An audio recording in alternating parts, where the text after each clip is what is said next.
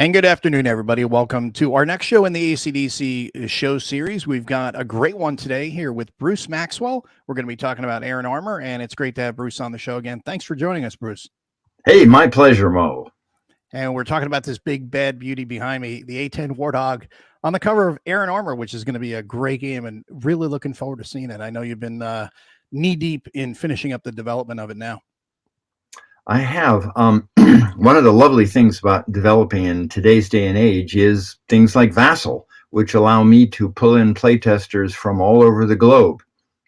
So we've had playtesters in Hong Kong and playtesters in Italy and France and Germany. And so it's been a really international effort at pulling this together. Yeah, that's a great thing. And that's the best part about the digital stuff that we have nowadays. We can, like you said, bring in people from all over the world and use a digital means to just do tests. And the best part about it is if there's a change, which there always is during development, you can quickly roll it out and send it out to everybody. No more that, craft your own stuff and here's the file, and then they have to print it out and they have to cut it up and create. Nope, now it's all just digital. I don't miss inking units. No. Yeah, I mean, there is something fun and zen about creating a print and play, but it's nice when it's done and you're creating a print and play, which is a final game, but not when you're developing the game, because all right, how long is this going to stay this way until I have to redo it again? Another few days or a week, 2 weeks, So it's difficult, but it's great. And for those who did not see the other night, on Compass Games channel, there was the playthrough that you and Fred did. So we got to see the Vassal in action and get to see you guys in action as you were explaining in really good detail the activities you guys were doing and the outcomes. Yeah, that was a lot of fun. And I hope that it gave the people who viewed that a real sense of how that game worked. One of the things that I'm very cognizant of is that my last game, NATO, was published with 87 pages of rules. Now, 20% of that was just components, and another 20% of that was examples of play. So it's less than it seems, but plenty of people reported being seriously intimidated by a rule book that was 87 pages, and reasonably so. One of the things that playtesters had said about that game was, wow, it's really not that complex when you get into it. It's kind of intuitive. And once it was released to the public, the feedback that I've seen posted said the same thing. I am relying on that goodwill from NATO because Iron Armor is going to clock in at probably closer to 110 pages, which is a truly scary number of rules. But again, about 20% are components and another 20% is very detailed examples of play. But the game system itself is pretty intuitive. And I think that demo gave us a chance to really show people, hey, this works just the way you would expect it to work. And it feels like modern warfare. There isn't a whole bunch of fighting the game system to figure out what happens next. Yeah, that's the important thing is you don't want to be too trapped in the weeds. Okay, how does this mechanic work? Do I do this and then this and then this, or do I do this, and then I go back to this? It just wastes a lot of time and effort on that, and it can really burn you out pretty quick. And the other thing about your rules is they are long, they're detailed, but that's because you're so verbose. You try to make them as airtight as possible because you don't like rules lawyers. So that's a good thing. You don't want to have those edge cases. So you can cut those rules down to 50 pages, but there's going to be a lot of questions afterwards. So you know what? Pay the extra thing up front and just spend the time and read the 110 pages, and the game inside out at that point. Well, that gets down a bit to design philosophy, because I could write a set of rules, as you say, that were very easy to run through on first reading to get you into the game. The challenge is then you're going to run into all these edge cases for which there is no answer. So my approach to rules writing is I'm going to give you an airtight set of rules. You're not going to be struggling to find something, and you're not going to be wondering what happens in this edge case, because I've caught it in playtesting and documented. But the idea is to get you into the game very quickly by giving you a logical, intuitive game system. Sometimes logic and intuition are at war with each other, but usually you can make them match. And then it gets down to what I think is a critical design philosophy, which is one, Your sequence of play can provide a simple time and place to worry about a dimension. So let's just say, for the sake of argument, that you're going to model 50 different dimensions of modern warfare. Oh, gads, I mean, there's way too much complexity to manage unless you make sure that you only manage each of those dimensions at one structured point during the game.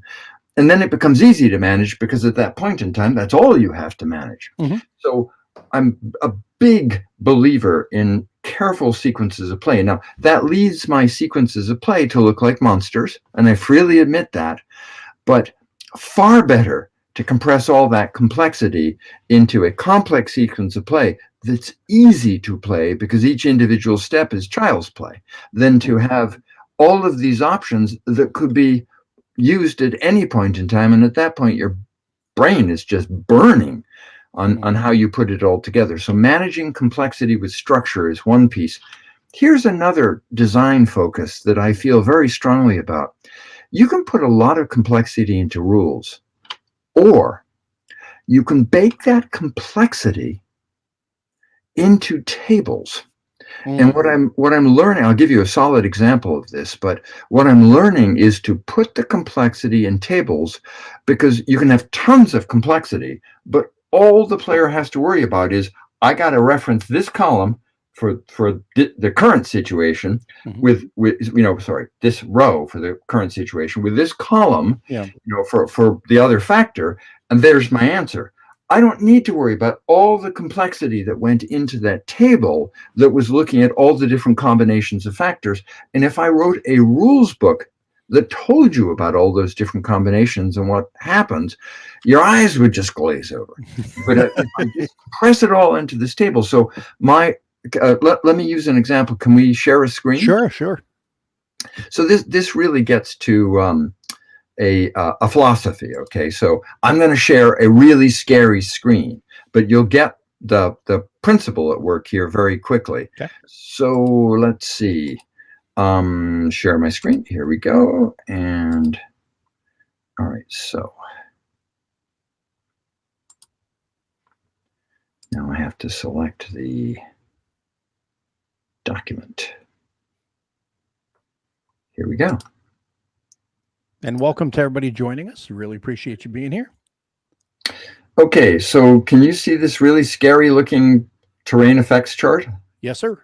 Okay, so there's a lot on this chart, but what it boils down to is that you have a defense strength that is adjusted for terrain, and it depends on the type of unit you have. So in each of these little boxes, I'm showing the unit symbol for the type of unit, and whether it is executing offensive fire or strike, which is where I'm attacking you, or whether it's other fire, which is where the defender is shooting at me as I'm moving or as I'm coming up to attack him, meaning he's in place and I'm the guy who's moving. There's an enormous amount of complexity about the kind of unit. Is it armor? Is it engineer? Is it infantry? Is it mechanized infantry? Is it artillery? What kind of terrain is it firing out of? What kind of terrain does it occupy? I could have written literally 17 pages of rules for all of those different combinations that essentially define combined arms warfare. But I didn't do that. All I did is built a simple matrix where you take a look at what terrain am I in, what is it that I am doing, and what kind of unit am I? And you get those three factors, and there's my defense strength. Or there's what happens to my attack strength.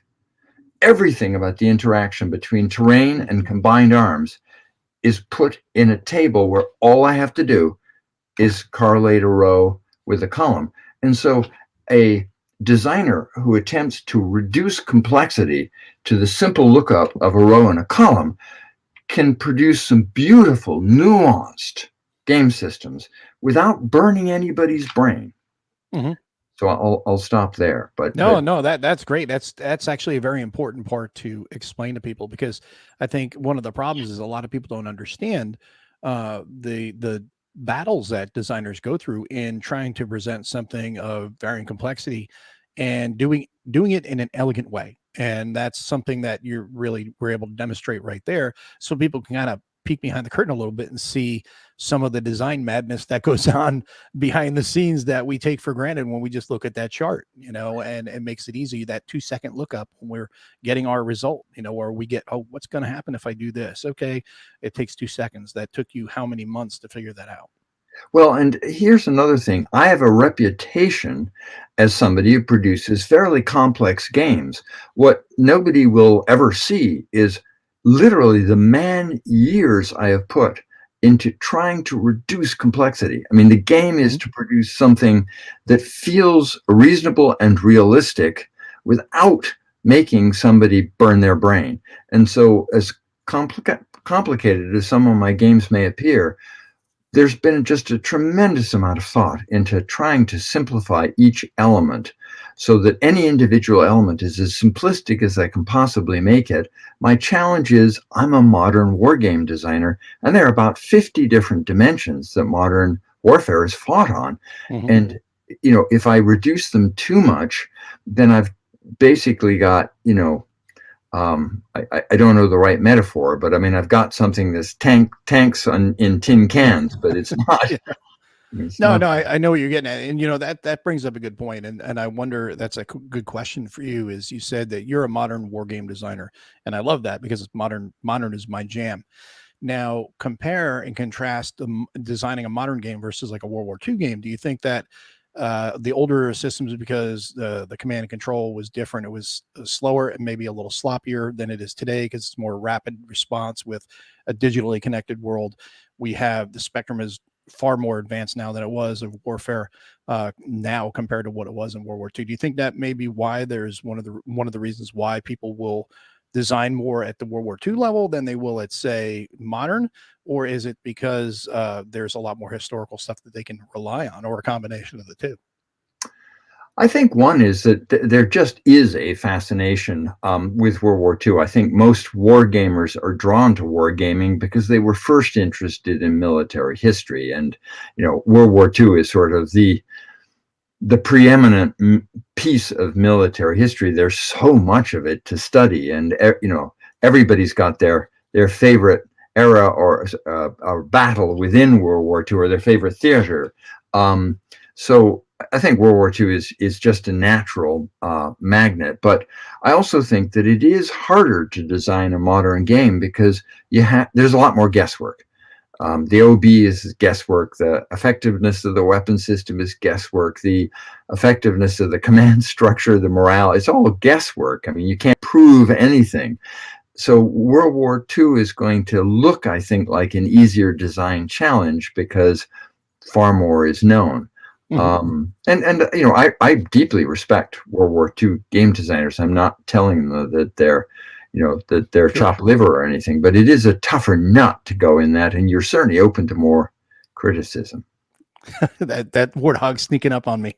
It's going to spread a little Bert. One of the things I'd love to discuss with you here is just the basic principles behind Air and Armor, because most war games are fundamentally derivative. As I love to say, we all stand on the shoulders of giants. And I would be the first to admit that my own designs, take NATO as an example, is a derivative game. It's using concepts that have been used in many, many other games, and therefore it's relatively easy to understand. Air and Armor was something that I designed long before I ever became a professional developer with SPI.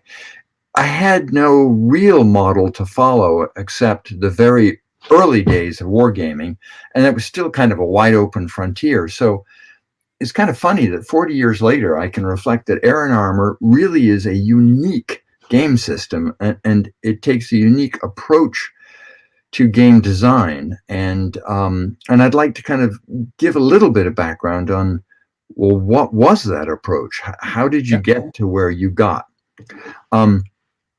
So I want to go through what I'll call first principles.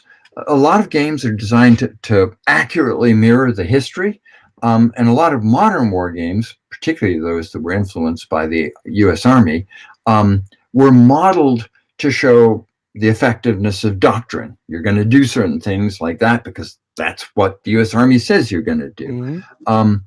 I didn't do that with Air and Armor. I really went to first principles with the idea of seeing whether your doctrine works or not. Now, I freely admit that, I could have screwed that up. But having played this war game with a bunch of professional officers, it's been fascinating watching their reaction, where they would say, well, we were always taught to do this. And then they're watching this not work. And I haven't gotten a whole bunch of, well, that's horribly unrealistic. Doctrine would have prevailed here. They're like, maybe we should have rethought that doctrine. Right. So I do want to come back to the first, what is it that are the building blocks, the first principles of this particular game? So one of them, as I showed on that terrain effects chart, is combined arms. The U.S. Army deployed over 400 new weapon systems during the Reagan rearmament period in the 1980s. We think about combined arms going back to the pharaohs, where the Egyptians had mastered how to combine chariots and spearmen and bowmen, and they were a military wonder for their age. But 3 major weapon systems, when you're deploying 400 weapon systems, and those are just the new ones, oh my Lord. So putting all the building blocks of your combined arms together is one of the guiding principles of the game. And if you do it well, you'll do a lot better than somebody who does it poorly. A second guiding principle was fog of war. I really had a big issue as a military historian with your classic war game, because I could see exactly where the opponent's forces were. And whether we're talking about the strategic level or the operational level or the tactical level, that was never true. So I really wanted to create an environment where you did not know where your opponent's forces are. And what we've ultimately created in Air and Armor is a version of the game, one version of the game. You don't have to play it, but in that version called hidden mode, you don't even know where your own forces are. You know where you think they are. And that to me is fundamentally fascinating, because I feel like I'm more in that command post than I ever would in a conventional war game. The third principle is intelligence. And the basic idea is, okay, you don't really know what's going on, but you do have resources to discover what you think you need to know, but they're limited. So I wanted to build in the concept of reconnaissance and intelligence as a function that's attempting to discover what's out there in the fog of war. The third principle is command and control. And that principle basically says that you have limited resources to get your troops to the right place at the right time. Your traditional war game allows you to move all of your units every turn. But that's not how real warfare works at all. You don't have the logistics to do that. You don't have the gas to do that. And you certainly don't have the planning to do that. So you have to figure who's going to move, who's going to get that gas, with this cycle of trucks that are showing up with diesel in the tank. You just can't move all of your units all the time. Next principle, initiative. The player who manages to launch his operation first, or at the exact right time, is the player who's going to win. Initiative is incredibly important. And so who gets it is one of those first principles that both players are going to really work for. Asymmetry, another guiding principle of Air and Armor. When two nations go to war, there are inevitably asymmetries. There are asymmetries in their weapon systems. There are asymmetries in their training. There are definitely asymmetries in their doctrine and their command and control systems.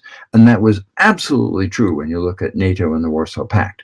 So I wanted to have a game system that wasn't built on a common set of rules that apply to both players, because that's not the way the world works. There's asymmetry, and so I wanted to make sure that that was reflected in the game. Lethality, we are talking about modern war, and fundamentally the axiom is that which can be seen can be killed. That was absolutely going to be a principle in this game. And that pairs up with the next principle, which is posture. And the basic idea is that the guy who's most likely to see you first is the defender, not the attacker. And so this game is built on the principle of defensive fire followed by offensive fire. And the idea that the defender is much better able to use the terrain because he's in place, his soldiers are dismounted, and they can hide a lot better than any vehicle can. Whereas the attacker is probing forward. He can't really use terrain very well because he's got to come out of cover to attack. Preparation. Preparation counts. How do you model preparation in a war game without lots of bookkeeping and things the players don't think are fun? I found a way to do that, but in the game, there are different kinds of operations that you can choose with your available command points to execute. Some of them reflect a lot of preparation, but there are trade-offs for that preparation. But definitely, the more prepared attack is more likely to be able to succeed. Then morale.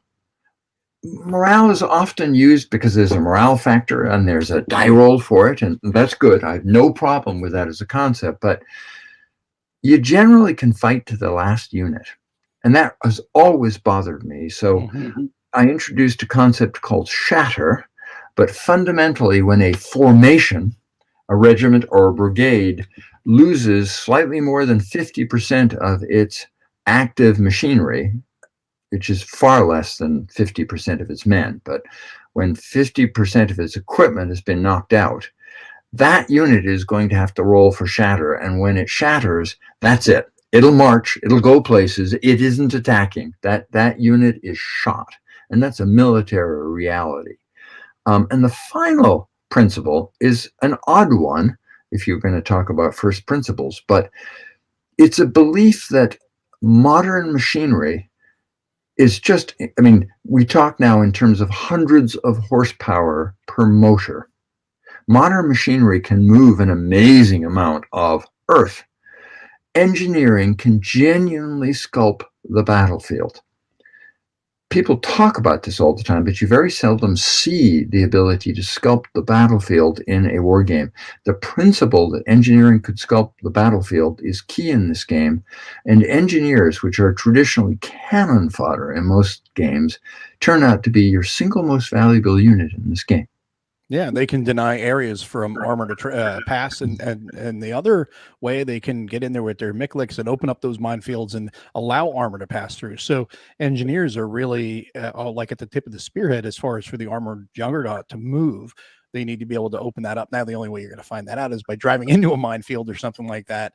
Then you know it's there. Then they're going to have to be called up, but you are going to halt an armored advance until the engineers get called up. They generally will be attached to armored units anyway, so that way their response time is quick. Yeah, so in this game, we've got the ability to create improved positions. That's not rocket science, but we also have the ability to lay mines and to build obstacles. So if you want to go blow up a bunch of trees along a road in heavy woods, guess what? That ain't a road anymore. It's a road block. And so I definitely allow you to create anti-tank ditches and roadblocks and down trees and dropped overpasses and other things that create obstacles to channel the enemy into kill zones where you are ready and waiting for them. And of course, in the reverse, you can cross rivers, you can breach minefields, you can clear obstacles. So, you know, it's war and counter war. Yeah. And then one of the other interesting aspects is the fact that, you know, everybody takes for granted bridging and how you get across those bridges. Well, you can pre-wire the bridges and blow them as you go too. And that's something that I think is a really neat aspect of the game, if you want to go into that a little bit. Yeah, this actually gets back to the original map, which I did from 1 to 50,000 Defense Mapping Agency maps, which are military maps, and I thought I did a pretty good job. I spent over a man-month with those maps on a light table, analyzing every single hex carefully. But there is a story that I've told before. I got an email from a gentleman by the name of Captain Nick Bell, and he said, is there going to be a chance to fix the egregious errors on the map? And I'm thinking, egregious errors? What egregious errors could they be? But I contacted him. He turned out to be a duck hunter, an air defense officer. He had been serving in Würzburg at the time of the game, and he had bought Air Armor in the PX. Oh my That's God! awesome. It doesn't get any better. Except it got better because he went on to become a professional cartographer. And Oh, so wow. when he approached me, I said, "Dude, here's the map. Please correct any errors on it." Fundamentally, one, he said, things that I had called hills were either not hills; they were actually declivities. I had misread the terrain rings, but the other thing is, most of the hills in West Germany were left alone, so they're dense forest, and all the farmland is cleared. So you might have a hill. It's functionally useless. You're not getting anything up on that hill. There's no road. There's no line of sight. You're not going to deploy weapons up there that could hit anything. So who cares if there's a hill there? Very interesting point. But the big thing that he corrected in the map was actually a conceptual thing. I had allowed the Soviets to snorkel across the Main. And if I can, let me share my, because this is kind of fun. So let's go to the map. Here we go. All right.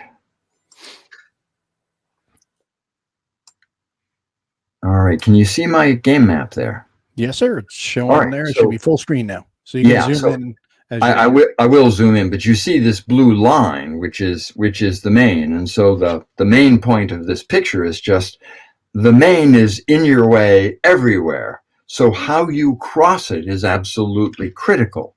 And so I'll zoom in here, but okay, so let's just come along here. Okay, so one thing is that he said the Main had worn a pretty deep valley. So what you see here are escarpments all along the inner loop, which I didn't know about, some of which are completely impassable because essentially the Main has been wearing a canyon on both sides. But the other thing that he pointed out was the Main could be as much as 4 meters deep in spring floods. It was 50 to 200 meters wide, and it had very steep banks. He said, "Bruce, for most of that river, you could get a tank into it. You weren't getting the tank out of it." And I thought, good Lord, okay, so that changes everything. So bridges suddenly become absolutely key. So let's talk about bridges and bridging. And again, a nod to how important engineers are, but you're not crossing the bridge. You're not crossing the Main, except in 3 places. One, you can cross if you have a bridge there. That's great. That's obvious. You can cross if you put in a military bridge, and your engineers can do that. You have a limited number of bridging points and a limited number of engineers. But if an engineer can spend 1 turn, which is 2 hours, adjacent to the Main, unmolested and unused, it will emplace a bridge, because the speed with which we could put ribbon bridges in was pretty good. The Soviets managed 7 meters a minute. They could bridge a river at 7 meters a minute. That's pretty impressive. Now, of course, that wasn't under fire, but it's still an impressive metric when you've only got 50 meters to bridge. But the third way, of course, is you can swim across. Now, you couldn't swim a Bradley. We very quickly put paid to that notion. You certainly weren't swimming any tanks across. We had M113s that could swim across, but there were virtually none of those left by the time of 1986 in this sector. The only people who could swim were the Soviet BTRs and the Soviet BMPs, and they were pretty good swimmers. So Warsaw Pact motor rifle regiments can cross the Main by an amphibious swim.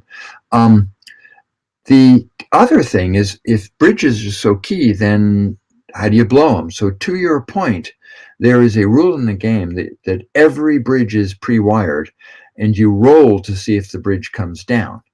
But the minor bridges, which are the black and yellow lines that cross the river, will come down it's a 10-sided die, so it's a 90% chance you're going to bring one of those down. The Audubon bridges, which are the orange lines, those are tougher bridges, and there are many examples of civilian construction outfits demolishing bridges in the U.S. And there are these great YouTube clips, and great spray of explosions, fragments flying everywhere. Dust clears, bridge still standing. Yep. Those things were built to stay up. They were not easy to bring down. And as the Germans discovered to their cost when they tried to blow the bridge at Remagen, they didn't always come down. So, any rate, so you make your attempts to blow the bridges with that. If that fails, then you got to bring an engineer up, and an engineer can blow a bridge. But again, it's going to take one turn unmolested to wire that bridge up again and to have another shot at it, which again is not guaranteed to bring that bridge down, although it's highly likely. So that just kind of, and the final concept here, modern ribbon bridges were constructed of sections, and those sections could be very quickly linked together to form a ribbon bridge across a river. But modern engineer units also had motorboats. And what they could do is they could put a tank on one of those pontoon sections and motor it over a river. So that was very fast if you just had 50 meters to cross and you were just trying to get a couple of tanks over. So there is a function in this game where an engineer unit can actually use the bridging points you get to ferry troops over a river. Doesn't create a bridge there, but at least you quickly got tanks over to the other side. So because of what Nick told me about that river, the game has very rich engineering rules, and breaching a river obstacle was something that the Soviets expected to do every 24 hours. Their doctrine said that a division should expect to cross a major river every 24 hours, and they really trained to do that. Well, if they can throw out, segments of a bridge in 7 minutes, 7 meters a minute, that means that they definitely were trained for that. Now, obviously, it's not under fire because that's going to change things. But like you said, you can ferry over a team, like you can get a mech team across real quick to try to gain somewhat of a foothold, so that way you can establish the bridgehead and kind of push the enemy back a little bit, which is a pretty cool concept. Now, is there any segment of the main at all that was low enough where you could, shallow enough, I should say is the proper term, where you could ford? Because, you said initially you were doing fording, but then you realized, wow, it's too deep for fording. Is there any segment of the main that allows that, a shallower segment in the game? I'm sure that there is. That information was not widely shared for obvious reasons. I got a U.S. Army Corps of Engineers study from the 1960s, and it estimated that about 15% of any medium-sized German river, about 15% of those banks, you could climb out of. So that's not fording, that's getting an amphibious vehicle into the water and getting it out. So what they were saying is, if you put an amphibious vehicle into a West German river, you had a 15% probability of getting it out the other side. Now, I'm sure that was specific to a given stretch. There were stretches you weren't getting out of that river. Yeah. And there were other stretches where most of the vehicles would have gotten out of the river. One of the things that engineers say, though, is every vehicle that comes out of a river brings an enormous amount of water with it. And what happens is the tracks then chew the ground up to mud. So you get the first 3 vehicles out and you're doing fine. That 4th vehicle, its tracks are just churning deeper and deeper and it's not getting out. So now you got to move and see if the next section of the bank works. Yeah. Yeah, no, that's very true. A lot of people don't realize how not just risky, but how annoying and troublesome fording operations are, getting your vehicles across. And then, like you said, turning that whole area into mud, which mud is one of the biggest play areas for tanks. But anybody who's been in a tank knows that while it can be fun, it's also a great way to throw track and cause all sorts of other issues. You sink down in that mud, and then you have to get your retriever to pull you out, and it slows the entire advance down. And that's problematic. And sliding backwards into a river is not a good idea. No, that might be great at like Space Mountain in Disney World or something, but I wouldn't recommend it if you're trying to do that in a combat area. That's for sure. But, that's great to hear. And it's great to see, like I saw here a comment. Where was it here? eyes on the ground. It's a good story of design. Just the capability of having eyes on the ground to make correct map is priceless, and it's so true. And what I'd like to see is if somebody is in that area, that lives in that area, I would love to have somebody who's an Aaron Armour fan take their camera and go and videotape these banks, because I'd love to have a virtual walkthrough of the area, of these areas that are covered in the map. I think it would be really cool to see how it is in real life, and then obviously how that's put onto the map, which John from Compass, he brings up a great point. He says props to Bruce Arian, who also did the artwork for Bruce's NATO game. He did an amazing job with this map as well. He did. Nick did send me quite a few photographs just illustrating his points. Yeah. So I do have some. Google Earth gives you a wonderful view of the terrain. The challenge is it's a vertical view. And so, it's very difficult to judge the steepness of banks. And of course, a lot of that steepness isn't even visible. It's below the water. The other thing is that the West Germans had been manicuring Germany for centuries, and particularly in urban areas, they'd actually bricked in or put in stone linings along the river, and tank wasn't getting out of that. No, not at all. That's the thing. And then the other thing, going back, you were saying about the complexity of this game. It is a complex game. You're going to have like roughly 110 pages of rules, but the thing is, with that complexity comes a richer experience as well. And I think this game really does screams for, I don't know if you have any plans for doing this, but like a player's guide that could come out at a later time to talk about different aspects of the game and things you should look for as a gamer. And I know you don't like to give away the keys to the kingdom, so to speak, but maybe kind of hints and things like that you can show to people about the game, and then about real operations, how they were handled. Or have you thought about doing anything like that in support of this game? Compass has asked me to turn this game into a series, not only a series of modern war games. So, Fred Schwartz, my developer, is currently working on a 5th core game, where this is a 7th core game. And I'm going to be producing British Army of the Rhine, which is something I've always wanted to do with this game system. But we'll probably take it forward. We might take it into Taiwan. We might take it into Lithuania or the Ukraine.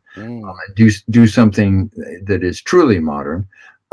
But we're also looking to take it to World War II. I think that would be fun. So if this system ends up being a fascinating way of doing modern grand tactical, then that kind of player's aid and player support makes a lot of sense. But Mo, as we were discussing before we came online, I'm not a big fan of giving away the store. So my player aids, that may be something that others are going to ultimately write, not me, because I think there's always that eagerness to kind of come up with, well, how do you crack the code? But I kind of like the mystery on the code a bit. My design philosophy is very much to put the player in a world, in a simulation, and then, it's essentially a giant maze, and it's up to them to explore that maze, which I think is a lot of fun. If I do it this way, does it work? Does it not work? And eventually the player begins to find the cheese. Okay, this works pretty well. The last 3 things that I tried didn't, but I don't want to ruin somebody's fun by giving them the idea of, well, the cheese is down leg 4 of the maze. Yeah. So no, it's so true. But I was thinking, I know that in your design notes and then bibliography, that'll be good reading to, for people to follow when it comes to understanding. I did get one in today. I actually got it in yesterday. I don't know if you've seen this one yet. Just received this game or this book. Somebody has actually was kind enough to mail that to me, but I haven't read it yet. Really, it's Battle Group: The Lessons of the Unfought Battles of the Cold War. It's written by Jim Snorr and by Helion. They have published it, and I think it would be interesting because, kind of going back to what we were talking about before, World War II and modern, when it comes to World War II, there's tomes of information out there that you can get because it happened, and there's a lot of history to cover, whereas this is hypothetical. We knew what we could do, or what we thought we could do. We knew what the Soviets could do or thought that they could do, but it never was put to the test. Whereas World War II, Everyone was put to the test, and we have historical documentation on that. So it is great, though, to have these things that talk about these battles, which can be a little more difficult when it didn't happen to get good information on that. And there you go, got your copy right there. So I have a friend in Louisiana. He's actually an ex-New York City detective, but he is the world's authority on the British Army of the Rhine. He has done something like, I'm going to probably misquote this, but something like 26 freedom of information requests to the British government, so much so that the government took their archives and put them in a public place because they were tired of Louis, another Freedom of Information Act coming in. So, they're actually helping him, I think. But he thought that this was really interesting and that I should read this. So yeah, it is. It's interesting that you got it too. I saw it and I'd been considering it, and then I says, you know what, I'm just going to get this because there's not enough written on that stuff. There's you can download a lot of the old FMs and stuff like that, which do give you, the protocols that they'd be using, the doctrines and stuff like that. But like we were discussing, or you were talking about before, I should say, doctrine is one thing. How it's going to work in battle is another. And then, of course, how it's employed is another thing entirely as well, because it depends on the efficiency of not only the officer to interpret the operation, but then how the commander's intent is passed out of the troops and how well the troops carry it out, how well their training was prior to that. So the human factor is the hardest thing to factor into war games. And, what challenges does that present you as a designer how do you add that into your games? Speaking of battle group, I do believe a lot in research. One of the things that ticks me off is when I'm playing a game and the designer is sort of giving me a pop version of that era, and it's quite clear he hasn't, done his research. I am very interested in taking air and armor into World War II, but then the question is, so air changes decisively in a world where air-to-ground communications were much cruder and much less effective than they are today. So the reason I haven't read that is I've been reading Air Power at the Battlefront, which is looking at 43 to 45 and the evolution of modern air-ground coordination that eventually got going, because in 41 the air boys wanted nothing to do with ground combat. They were going to wipe out the other guys' industries and win the war without needing an army. It didn't work out so well, but it was an interesting idea. And of course, as we know, in the end, the strategic bombing boys got the last laugh, because we flattened Germany's factories and we flattened Japan's factories, but it took us 5 years to figure out how to do that. But at any rate, I do think that research matters, and so I will be reading Battle Group, for that reason.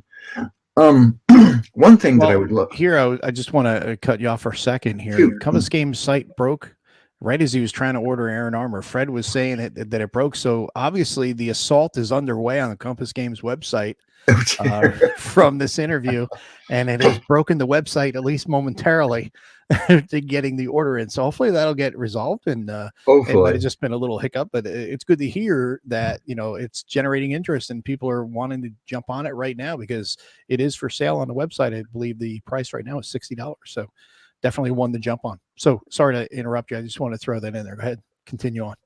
No, Mo, it's important that you interrupt, because designers can go on just ad nauseum. So, but I do want to just talk about what's new in the game, because there will be players who have played the original game of Air and Armor, and it's worth just articulating. Okay, so what have you done? Those players who have bought my NATO game will know that the new game is substantially different than the old game, and that was because I didn't like the old game. And so the new NATO has a completely different movement and combat system that I think is far more realistic and far more fun. Air and Armor was a system that worked. I didn't have any beef with Air and Armor.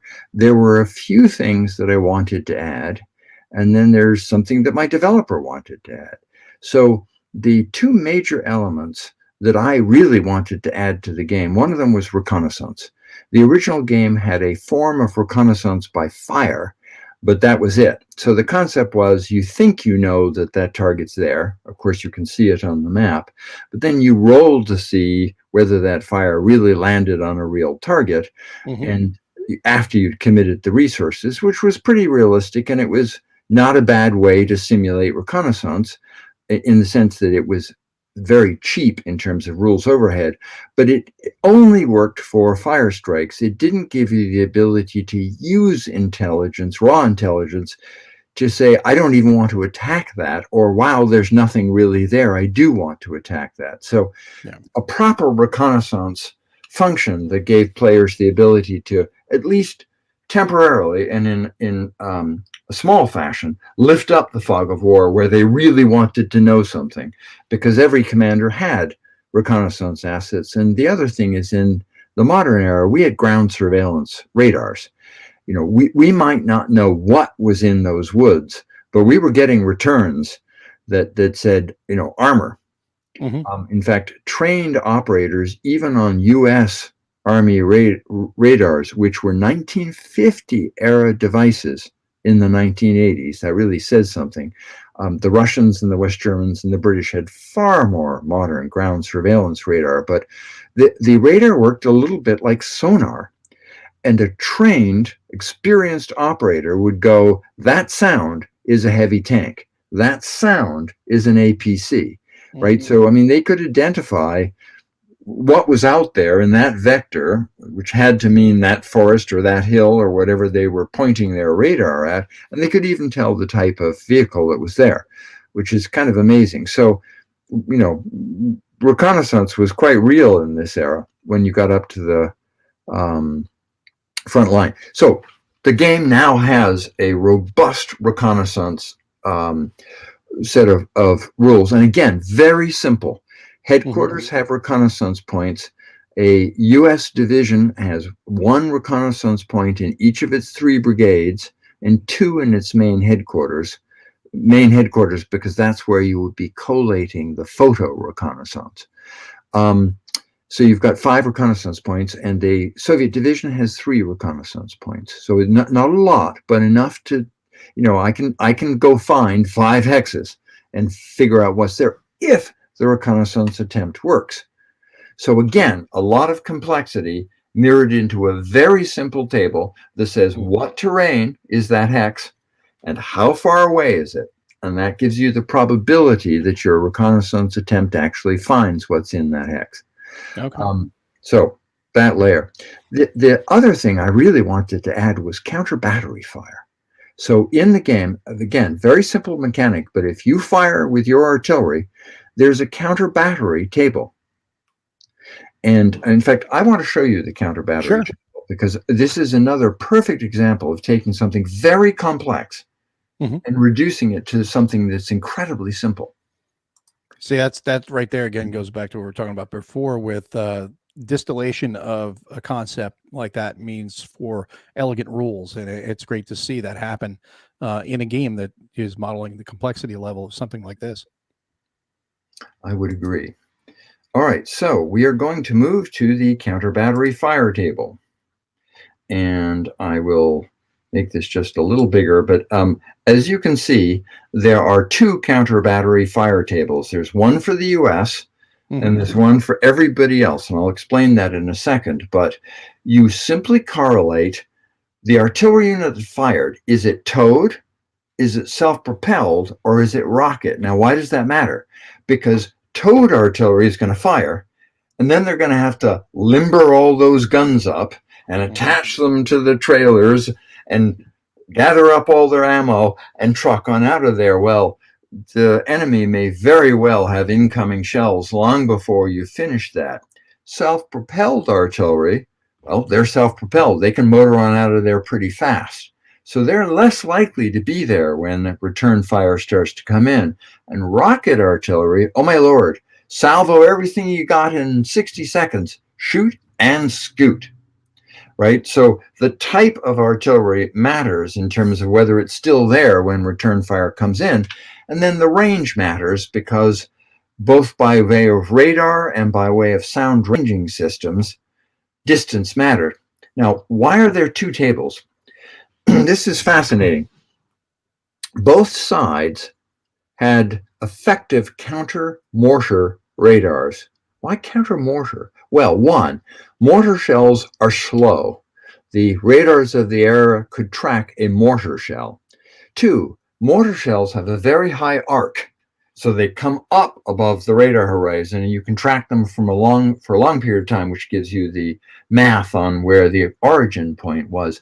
But it turns out that both mortar shells and rocket shells had a third characteristic. They had fins, and fins turn out to be wonderful radar traps. So the bottom line is both sides had systems that could track rockets and mortar shells pretty well. They didn't have systems that could track artillery shells. Why? One, artillery shells are moving very fast. Two, they're conical with no fins, so their radar cross-section was very small. And three, they had relatively flat trajectories, so there wasn't a lot of arc for you to actually backtrack across.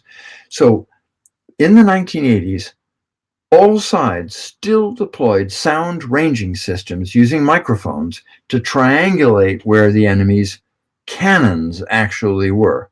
And that's the bottom table. That's a sound ranging table.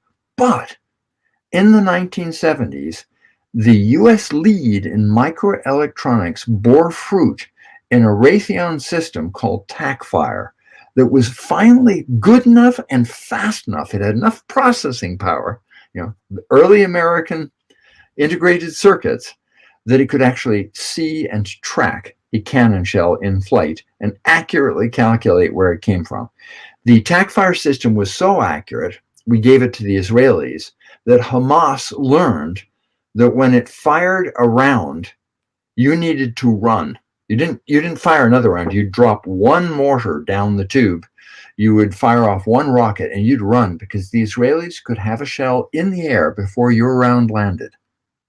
True story. That's pretty awesome. And that's a great, and that goes, everything that we've done with these things like Patriot missile and all that stuff, even today, we see a lot of that, it's a proving ground is over there with what goes on between Israel and the Palestinians, all the conflict that's ongoing. You can see it actually bear fruit from being used in action. Yeah, but I wanted to have a counter battery option so that when the enemy artillery fires, and it's going to fire to support an attack, or it's going to fire to make a barrage strike on a target, but then the concept is I can fire at you. So one of my artillery can use this counter battery fire, and it rolls to see if it sees you. So let's just say, for the sake of argument, that I'm a U.S. artillery unit, so I'm being vectored by that TACFire system, and you're a Russian self-propelled artillery unit, and you're firing from 7 miles away. So I need a 6. I need to roll with my 10-sided die. I need to roll 6 or higher. So I've got a 50% chance that when my shells come down on you, you're still there. And so the idea is I would roll. If the strike is successful, then I would roll a second die to see what the actual outcome of that fire strike was. This is just determining whether I was actually on target or not. But I'm integrating the type of artillery target that I'm trying to hit and how quickly it could get out of there with the distance, with the system I'm using, whether it's TACFire or sound ranging. And it all comes down to a very simple, what's the column, what's the row? And I'm able to take an enormous amount of complexity and just put it in a simple row and column table.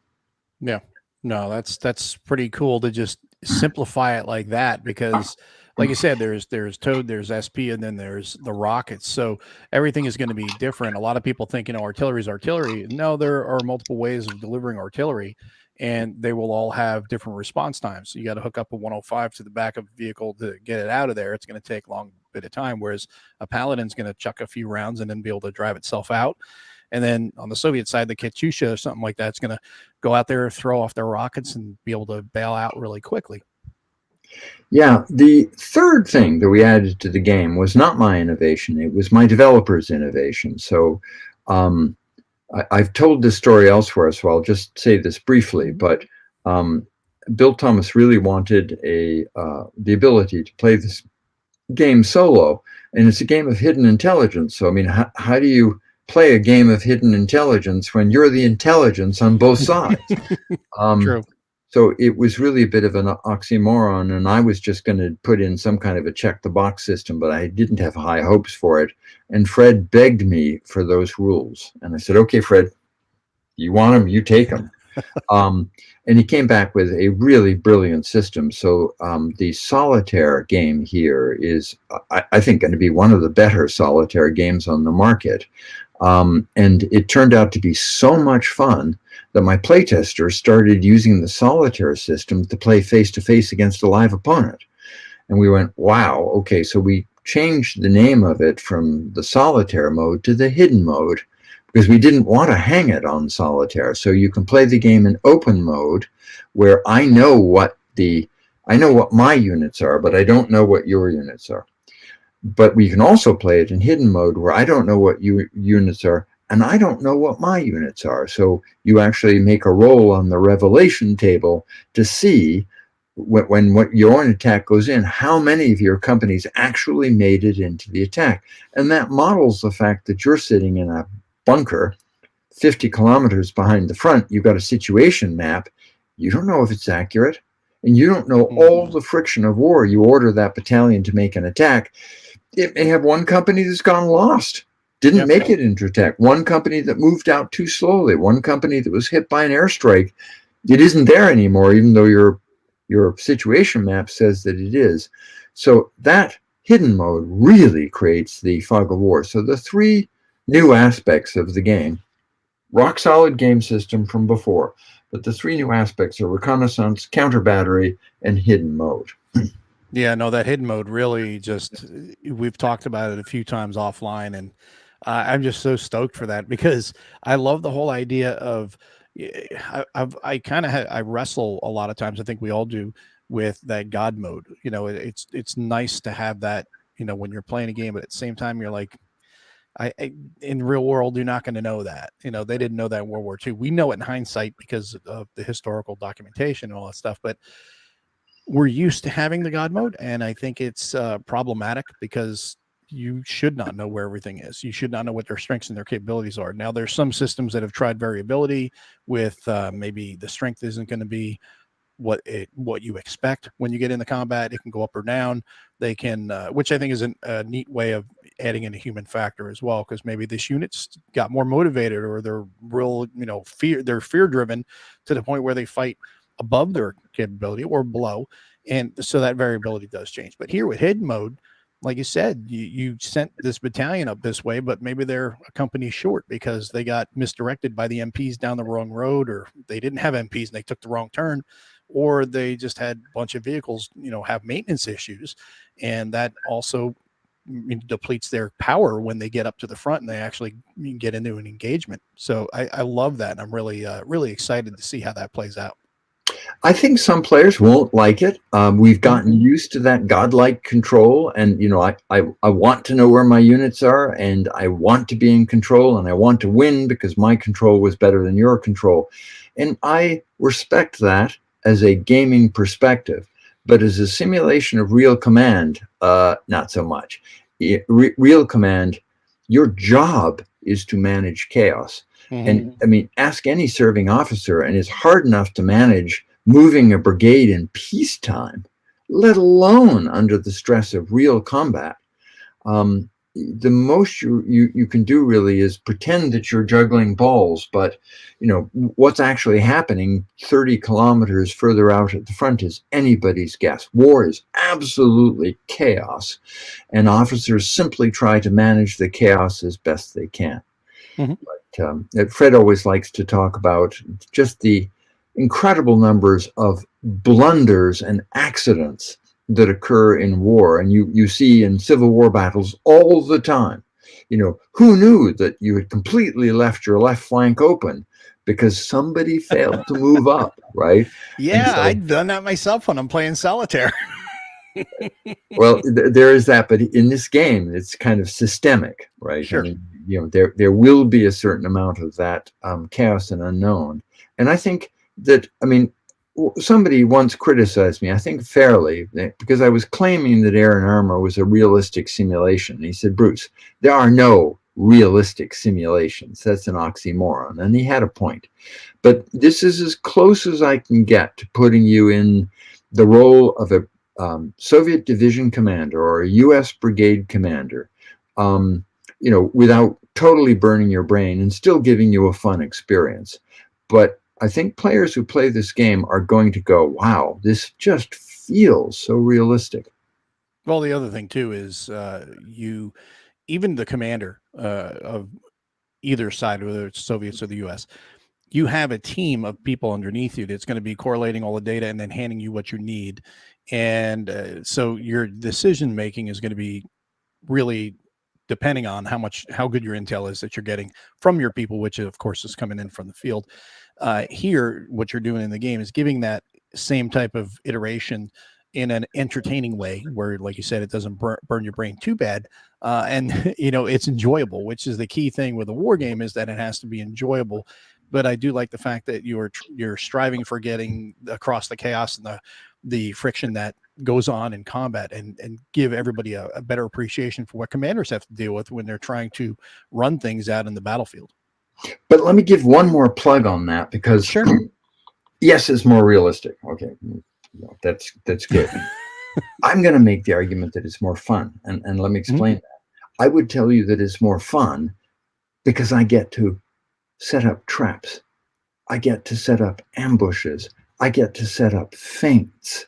What I love about the fog of war, the Soviets had a term that I've always really deeply respected, maskirovka. Yeah, the art of camouflage and deception. And they were using camouflage in the strategic sense. But the key there is that in this game, deception is a critical part of my battle strategy.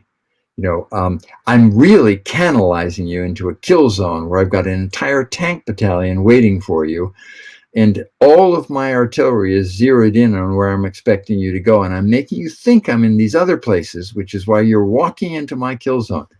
Can I get you just come one more hex further, please? Right? So yeah. I love the ability to do that. To me, as a player, that's fun. Yeah, no, that's great, because generally when we do that in war games, it's hard, if not impossible, to lay a trap, because I know what you got. I'm seeing it as I'm moving up, and okay, you do maybe not. You may be wondering, oh, wait, when is he going to use those extra air points? When's he going to use those artillery points? Things like that. So there is that little bit of unknown, and sometimes the player can forget to use those things.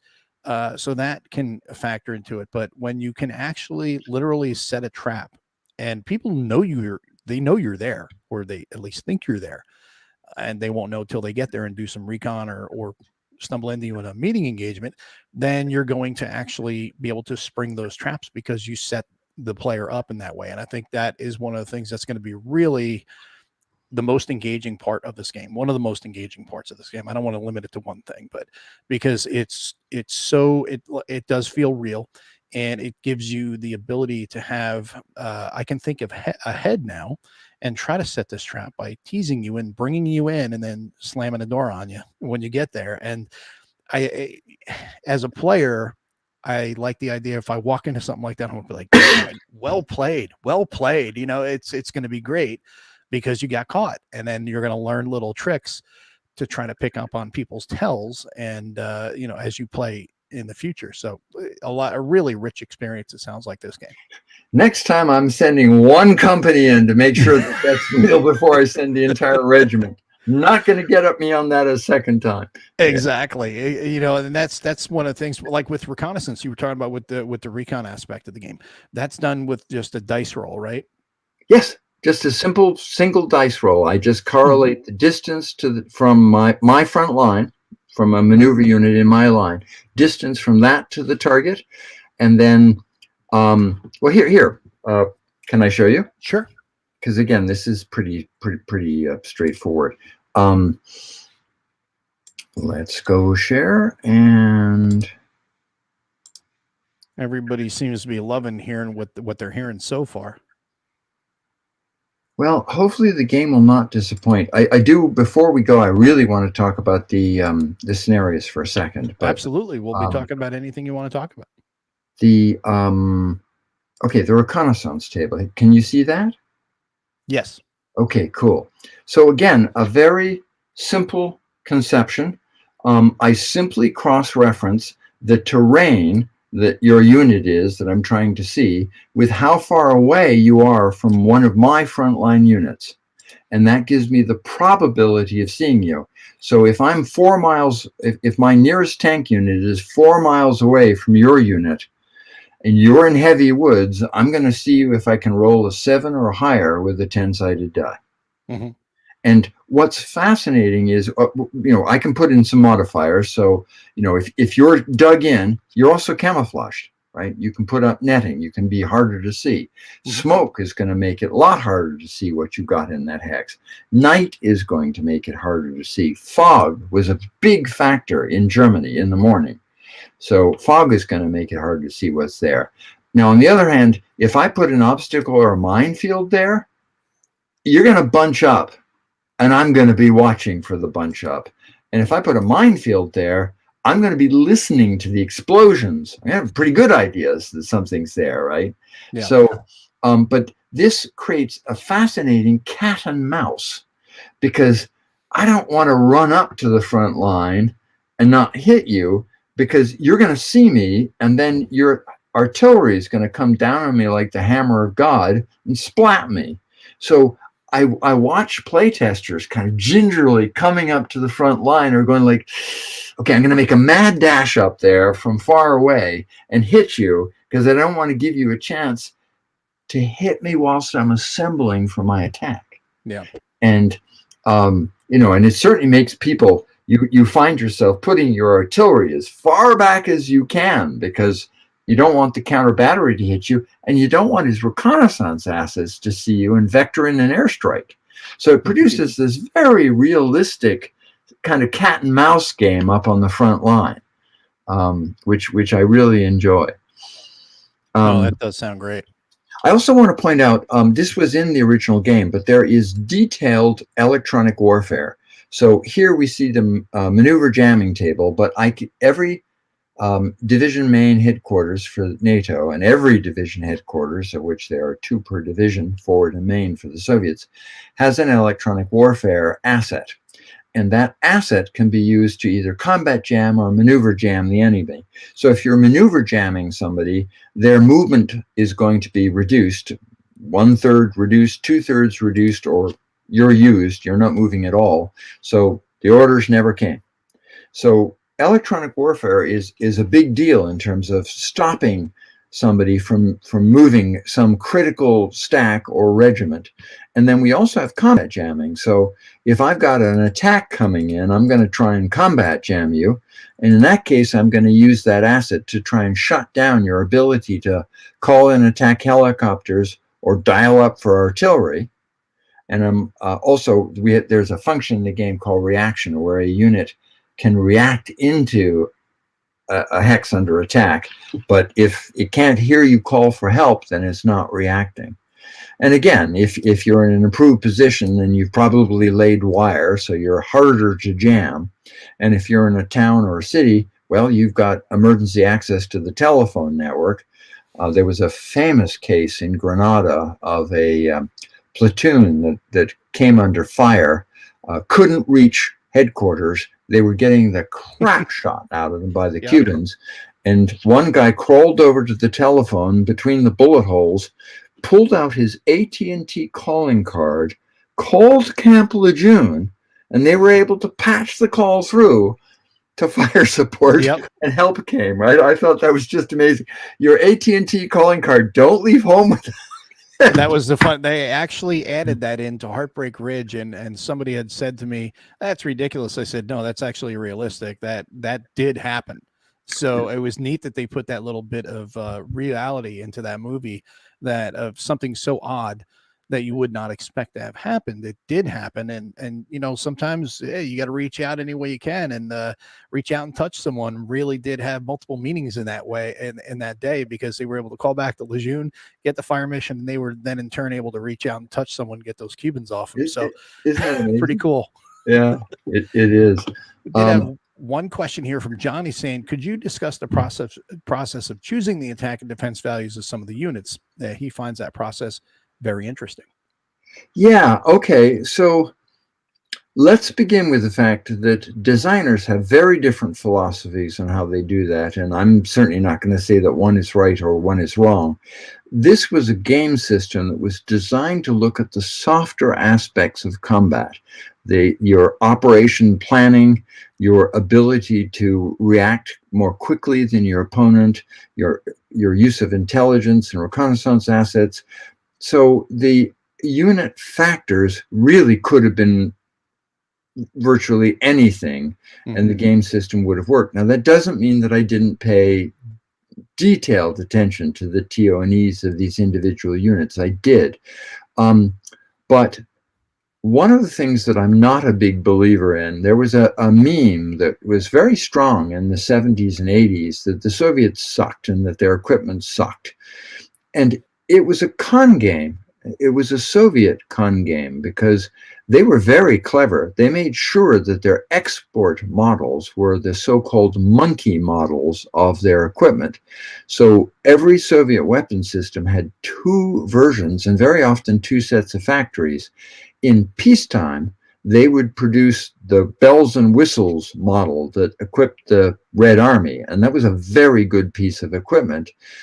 But in wartime, they knew they wouldn't have time for bells and whistles, and that the production systems, the logistic nets, would be under incredible pressure. So anything that involved complex parts or complex electronics, forget it. We're just putting, we're casting the steel, putting the gun in, and rolling the tank out. And they were right about that. So they shipped the monkey model off to the Arabs, and then the Israelis made mincemeat of them, and we went, look at what a piece of crap that Soviet tank was.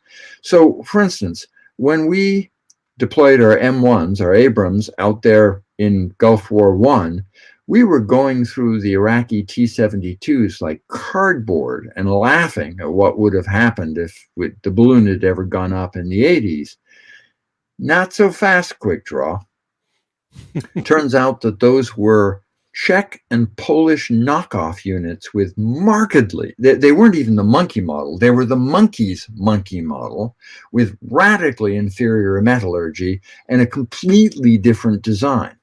When we actually got a hold of a Soviet T-72 when Poland joined NATO in 1990, and we went up and tested against that, we discovered that it had quartz embedded behind the armor. We couldn't get a round through that armor using an M1 at point blank range with a single exception, and that was the M900 depleted uranium round, which would go through the frontal armor, but we only started to deploy that in 89, after the Berlin Wall had fell. So for most of the 80s, when a war would have occurred, we didn't have a damn thing that would go through a T-72's frontal armor. Think Shermans and Panthers. Not good, right? So this myth that the Soviets had crappy equipment is not one I believe. Now, I do believe that our tank crews were better trained than theirs and better motivated. We had a volunteer army. We had the gas to train our troops, and we did. Our tanks had more space inside of them, and we had larger command staffs. I genuinely believe that an M1 battalion was a fearsome weapon when stacked up against the Russians, but I haven't given the Americans much of an advantage on a tank-to-tank basis. So what I did is I looked at the weapon systems. So, whose gun could penetrate whose armor, how heavily armed and armored was each vehicle. So BMP units in this game are materially more powerful than BTR units. And I actually, If you want, I could literally show you a spreadsheet where I went through and I assigned combat values to each individual tank, each individual APC, and I built a matrix of, in a reinforced Soviet company, how many BTRs is it going to have? How many ATGMs? How many mortars? What slice of the regimental artillery group did he? I just ran a whole bunch of math by assigning an individual value to an individual weapon system on attack and defense, and then correlating how many there were and coming up with a sum total. So very linear, very mechanistic. And then I had to apply the morale and training factor.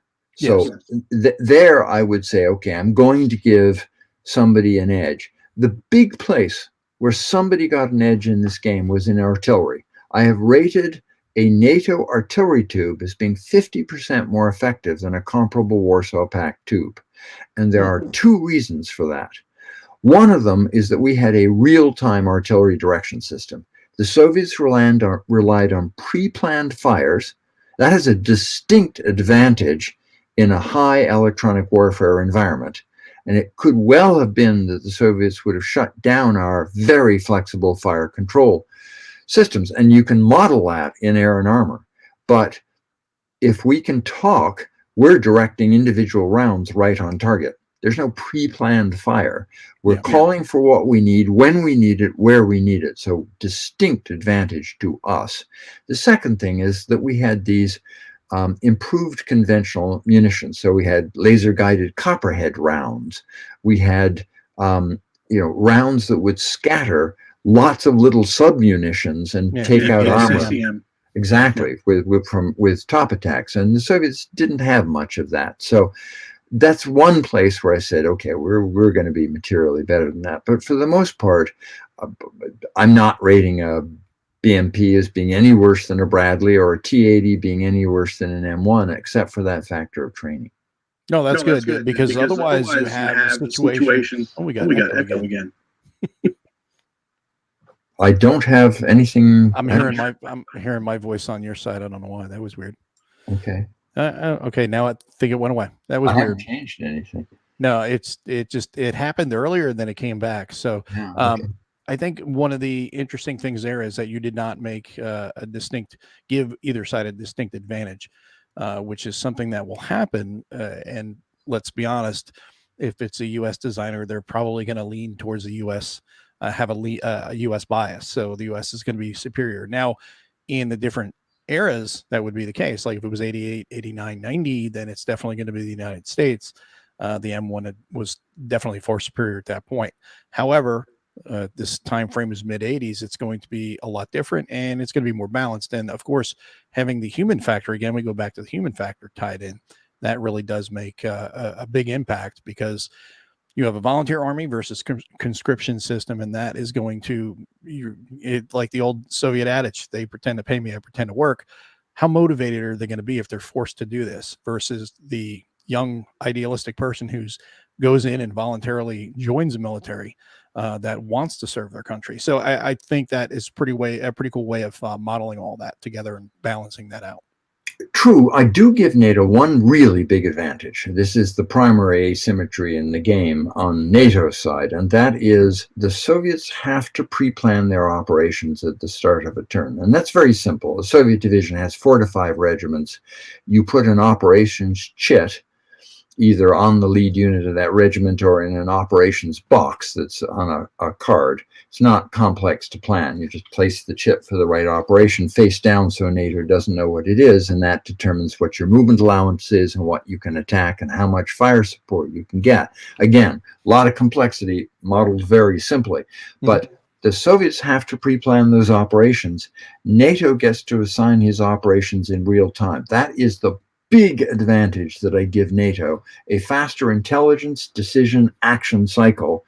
And so the Soviet player can often find that by the time he gets to execute his operations, his pre-planned operation is the wrong operation because, for instance, I planned an assault on this hex, which limits me to only 3 movement points, but allows me to mass regiments and mass firepower. And I'm going to get you, damn it.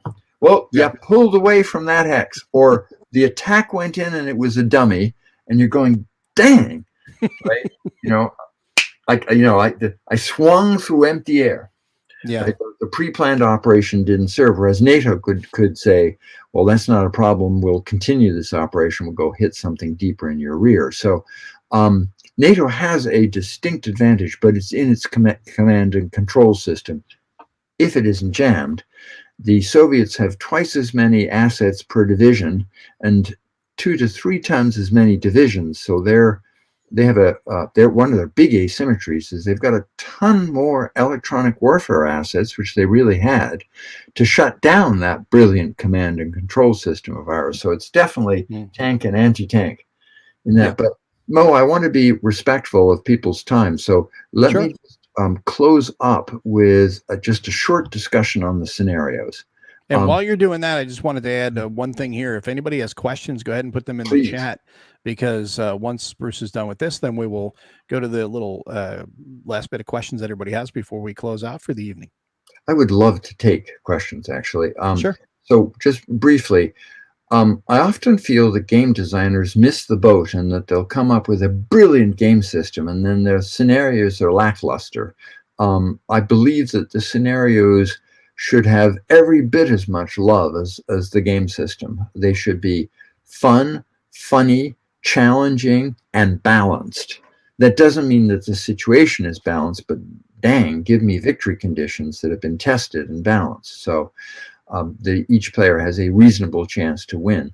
So there are 12 scenarios in Air and Armor, and the idea was to replicate as many different situations as possible and give players a chance to see what happens in a different situation. So we have a short intro scenario called Thermopylae, and players may remember that Thermopylae is where the Spartans took a stand in a pass and blocked the entire Persian army for a short while. And of course, we get the marathon from the message that had worked. But this is an intro scenario where a single East German motor rifle division takes on a single U.S. mechanized infantry brigade in a gap between 2 rivers that the U.S. has to hold. It's an interesting meeting engagement. Then we've got another very small scenario called Race to the Bridges, and that essentially has a badly beaten up Panzer Grenadier Brigade resting in the Würzburg area, and it gets rushed by a Soviet division. And that Soviet division is trying to make it to the bridges over the Main. And the job of that brigade is to delay the Soviets long enough for a Canadian brigade to come up and hold those bridges. That's a fascinating kind of playing out of a long delaying action. Mm-hmm. Then there's a scenario that Fred came up called Out of the Fog. And it is a small scenario that looks at a dug-in U.S. brigade trying to hold a couple of choke points and a river behind it. So it's really a classic prepared defense, but a small scenario. Yeah. The fourth scenario is called The Last Reserve. And it takes a look at a breakthrough off map into which the 8th Guards Army has introduced his exploitation force, the entire intact 79th Guards tank division. And the only thing facing it is a Heimatschutzkommando brigade, a little National Guard brigade in the German Territorial Army that's manning the river, and its job is to hold out long enough for Sentag's last reserve, the 34th Panzer Brigade, to come up and get to it and save its ass. That's a fascinating little scenario. The last reserve. The next scenario is called Counterattack to the Flank, and this looks at a very well dug in U.S. infantry division manning the frontier. Soviets aren't messing with it, but they've got a breakthrough that's occurred off map. And again, the entire 79th Tank Division shows up out of the fog right into the U.S. flank. And so the challenge is the U.S. player's got to scramble because he's badly out of position, and he's got to suddenly cover this open flank. So it looks at a position where there's just a mad scramble to realign your forces and stop 2 separate thrusts, one coming where you prepared to meet it, and one coming from an axis you weren't prepared to meet at all. The next scenario is called Kameradschaft. This is another scenario that Fred Schwartz put together, but it is a classic meeting engagement. You've got the East Germans coming down a highway, and you've got the West Germans coming up the highway. They meet, and the question is, who has got the most road controlled? So this is not about outmaneuvering. This is a head-to-head engagement, and it's kind of like two football players, right? Yeah. Two heavyweights, and the question is, who's going to push who back up that road? But that's great fun. Then there's a scenario called the Wolf's Jaws. This looks at a situation where we've got a surprise attack going, and the 39th Guards Motor Rifle Division has blitzed across the border, smashed through NATO's lines, and penetrated deep onto the map. But guess what? The rest of the Soviet army wasn't quite as together, and the 39th is all alone. Now, the 57th is coming up. It's just getting up to the border. It's trying to get, into the fight. But at the opening of this, the 39th is waking up on dawn of D+1 going, ooh, there be dragons all around, right? So the NATO player's job is to try and wipe out the 39th before the 57th can come up to its rescue. So, and that's a chance for NATO to get the jump on the Soviets.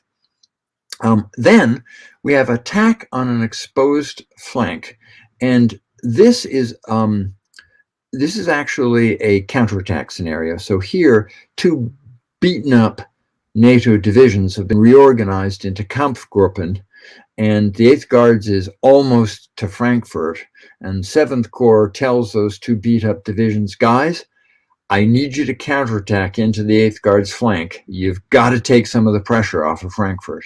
And so this looks at a quickly prepared NATO counterattack going right into the flank of the 8th Army, 8th Guards Army. So that's a chance for NATO to actually practice the offense. Then we have Bolt from the Blue, and this is the classic Soviet surprise scenario. The Soviets literally catch us in our barracks positions with their opening airstrikes, make mincemeat of our vehicles all lined up in their nice, shiny, napalmable rows. And then it looks at, that mad scramble of the survivors to get out of the barracks and up to the front line as the Soviets come rolling over it and drop an entire airborne brigade on our ass and hit us with their little tank regiment that they have right on the border. So just from the moment that the bombs start to fall, we're under attack. That's a desperate scenario for NATO. Not a terribly realistic one. Most military officers believe there was no way the Soviets could actually surprise us like that. But that was the classic NATO nightmare scenario. So I've got it in here. Then there's one of my favorites, attack to relieve a pocket. And this looks at a situation in which the 3rd Mech has been pocketed in Schweinfurt. It is surrounded by two Soviet motor rifle divisions. NATO is desperately trying to rescue it. So two West German brigades have come up, a Panzer Grenadier Brigade and a Panzer Brigade, and the Canadians have come up as well. And their job is to try and carve through that pocket from different directions with the hope that one of them can break the ring and rescue the 3rd. But at the same time, the 8th Guards Army has released the 79th Guards tank, and it's coming through to exploit the breakthrough. So it's just a wild, everybody is in everybody's rear area, one of these swirling tank battles. Great fun. Complex and brain burner of a scenario, but a fascinating situation. Two final scenarios. Forward defense looks at a situation in which 3 Soviet divisions are coming up to hammer on one US division, but this is your classic forward defense scenario. We're dug in like hell. We've laid mines. Come and get us. This is, you're going to need 3-to-1, but we can't give ground. We have to practice the NATO doctrine of forward defense. So if the Soviets get off the first quarter of the map, they're going to start earning victory points. So they don't have to go very far, but oh my God, have they got to get through a fortified NATO position. So that kind of looks at what would be the impact of that doctrine of forward defense. And then the final scenario is the campaign game. It's called Hammer and Anvil, quite appropriately. And it looks at what happens if the entire 8th Guards Army attacks down the main river valley. And it pits that against a starting combination that is simply the 3rd Infantry Division. But the entire 12th Panzer is on call and can enter play to help stop the Soviets. But it is a massive scenario. And God, it is an enormous amount of fun. And the thing that I am most looking forward to about the publishing of this game is going to a game convention. And I want to play, but I'm going to enroll 5 Soviet division commanders and 2 NATO commanders. I will be one of those commanders, but we're going to get 7 players to play that game through the week of the con. And God, that's going to be a lot of fun. That should be a lot of fun for sure. All right, so that's the scenarios, and what I will warrant is there was an awful lot of love put into the game system, but I have just spent an entire year with a whole team of playtesters playtesting these scenarios, getting them to work or discarding them. This is the pick of the litter, the ones that made it through all that playtesting, but these scenarios are a lot of fun. Well, you said there are some others that did not make it through, so I guess that might tie into this question from Henry, saying any plans for future scenario packs with new maps. So I don't think there'll be necessarily a new map, but there would be, because that would make it a new game. But possibly some of those scenarios that you guys were working on could be massaged worked on a little bit more, and maybe released.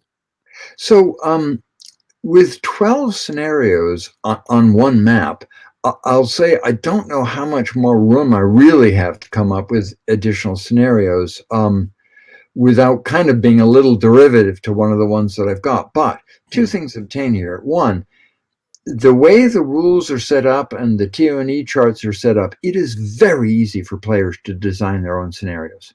So I would encourage players to design their own scenarios, and I would encourage them to put them online.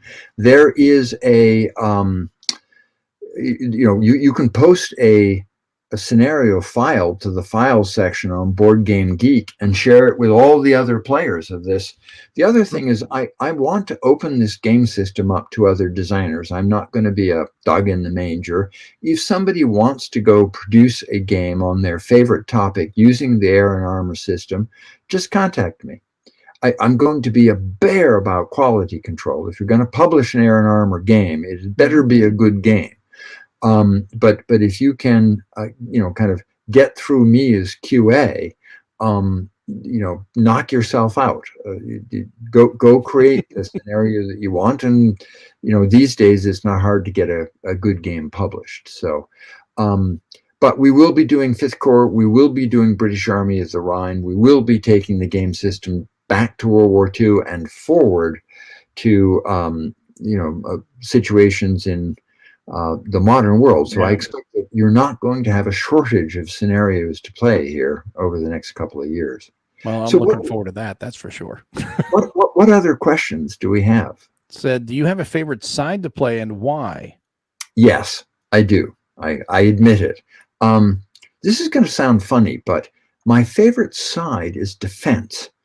What I've found about myself is I am a killer defender. I very seldom lose war games when I'm on the defense. Attacker, less so. That's not my forte. So I gravitate towards NATO in Air and Armor, largely because NATO is on the defense. And, this game system gives the defender an awful lot of tools to set up kill zones and ambushes and traps. And watch out if you're playing me, because I will do that. Nice. So I love to play the defender, and so I'd be equally happy playing the Soviets if I were on defense. But strangely, because most players prefer to attack, I actually prefer the defense. Well, defense, I think, is appealing because I mean, attack's always appealing because that's the sexy You get to Hollywood do look. something. Yeah. You get to do something, whereas defense, you're acting as the spoiler. You're trying to, protect an area, or you're trying to just repulse them from getting through. But people don't realize that everybody thinks, oh, defense is just reactive. Yes, it is reactive, but you are reacting to what's coming at you, but you can also influence the attack as well, which then you can react to in a pre-planned way. So you are attacking in a different manner.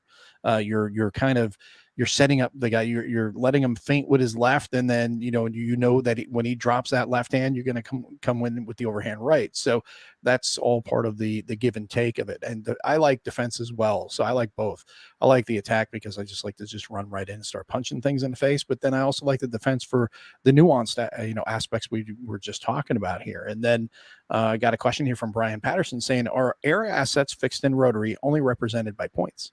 No, absolutely not. So let me share my screen for a sec, Sure. and we'll go somewhere else. I'm beginning to get a little faster at doing this, but I have to find the right. Here we go. Sheets. Woohoo! All right. So it sounds like the Compass site is back up. There was a little hiccup there, but now we should be able to get orders in again. So we'll share this here. All right, so air units are not points at all. You spend points to make air calls.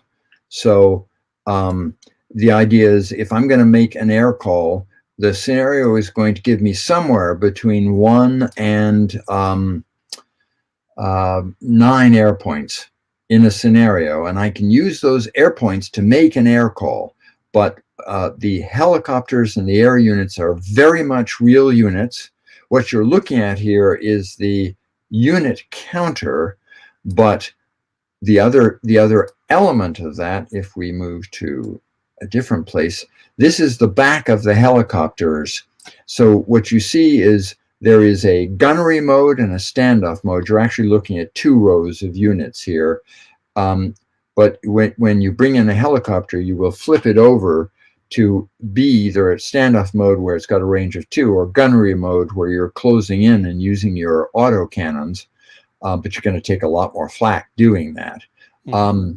But the helicopter units, very much real units. They come on the map. They have to wend their way to the target, and they can take flak in every hex they enter.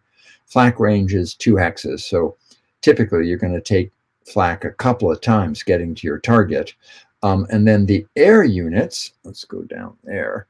The air units are a little more complex because they have not only step markers, but they also have attack profiles.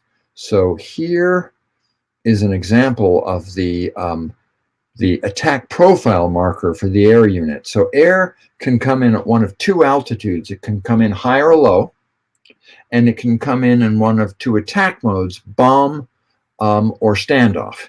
So if I'm in bombing mode, I'm in the target hex. I could be way down low, dropping my bomb load off at treetop level, or I could be up at 10,000 feet dropping my bomb load off at that altitude.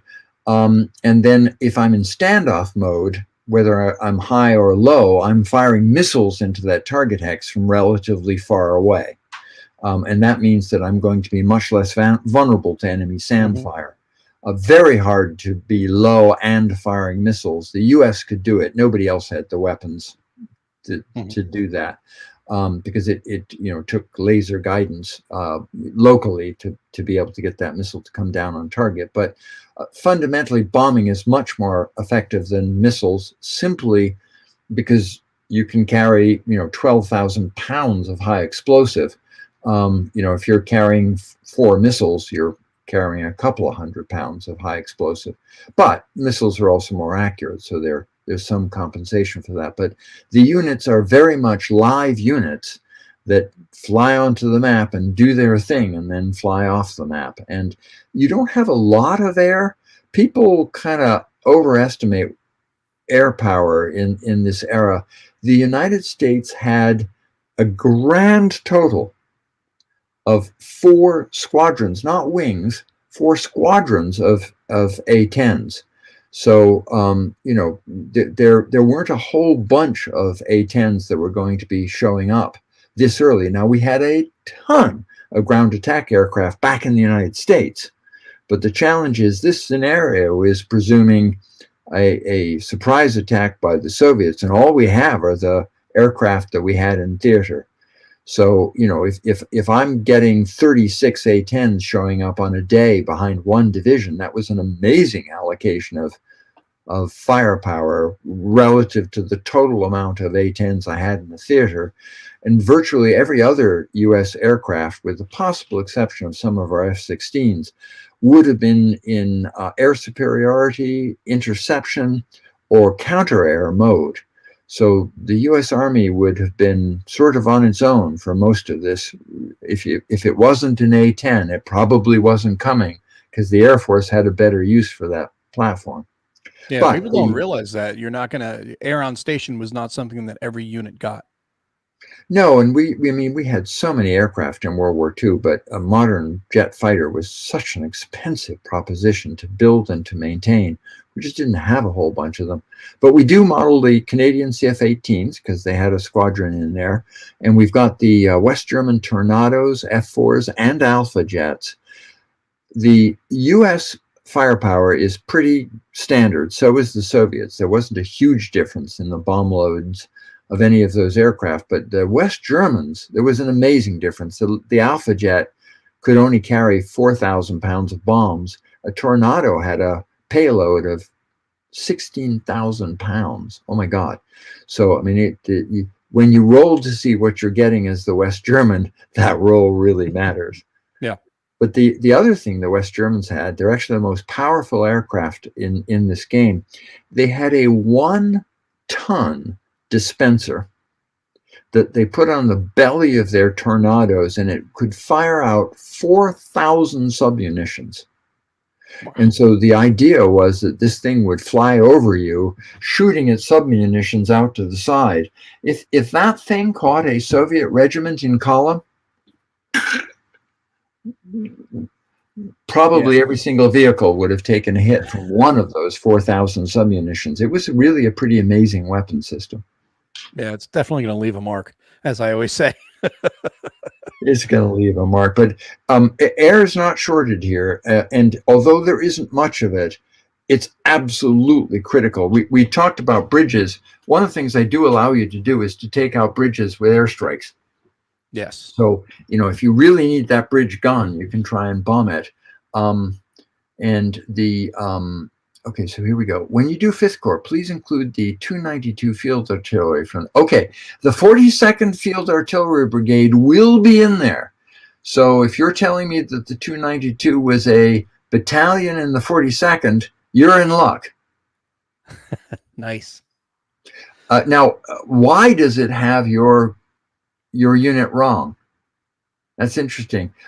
My email address is bruce@brucemaxwell.com. And if you want to tell me about why everybody gets your unit wrong, I'm all ears, dude. So shoot me an email. So what other questions might you guys have about this game? You have any other questions? Go ahead and add them in here. We've got another one here from John. There was a comment from Brian saying, nice to see SX Flyboys represented in more detail, which is a good point. And then John has one. He says, are the future games going to have a uniform rule book or individual books that just feel similar, or is that still to be decided? No. So I'll give you a direct answer to this. All of the 1980 series games will have a uniform rule book. That is a principle. Now, I can't promise you that some game won't have a different terrain type, right? And there might be an extra set of rules for that terrain type because, there are no canals in the original Air and Armor game, and suddenly further north there's a canal. So there may be some very specific things to a particular game, but the rules, the game system, we're going to make every effort to keep that uniform. And in fact, I just completely rewrote the rules over the last 2 months to allow 5th Corps to have, I had done something that was very simple and worked wonderful in Air and Armor, but it worked if you only had one army. Fred's Fifth Corps is going to involve 2 Soviet armies, and so I had to go to the general case, not the easy case that I'd put in the original game. But we are making every effort to make sure that that rules book stays uniform throughout the series in the 1980s, and I think that we will largely achieve that. Now, if we go forward to, say, Lithuania, or the Ukraine or Taiwan, no, it will be very similar, but it won't be identical. For instance, I'm going to have to add rules for drones. Well, in the 1980s, you didn't have armed drones. Drones were at most a reconnaissance vehicle. So there will have to be changes for that because technology has moved on. Similarly, if we go to World War II, you will recognize air and armor. The system, the cycles, they'll all be there. But how they work will be materially different. I mean, you don't have ground radar, so reconnaissance is going to be quite different. And there will be many other things that are going to have to change. There won't be electronic warfare. We won't be using poison gas. So the World War II set will be air and armor, but a common rule book. The idea is a common rule book, but spread out. And we also have to be careful because what was true in 41 wasn't true in 44. Right? That's true. Everything evolved. Will the 6th Cavalry Air Combat 3rd Corps out of Fort Hood ever show up in the series? Honestly, probably not, but let me explain why. It would have taken weeks, if not months, to get that unit out of Fort Hood and up to the front. That unit does de facto appear in NATO, but only in the extended buildup scenario that assumes that we've had 90 days to try and get stuff out of CONUS up into Europe. In air and armor, which is set in the first week of a surprise attack, unlikely that your unit would have made it to Europe in such a short time frame. But I'll never say never, because I am suggesting that this game system is open to other designers who want to use it. And who knows, somebody might come up with a much later stage scenario where the US is defending the Rhine.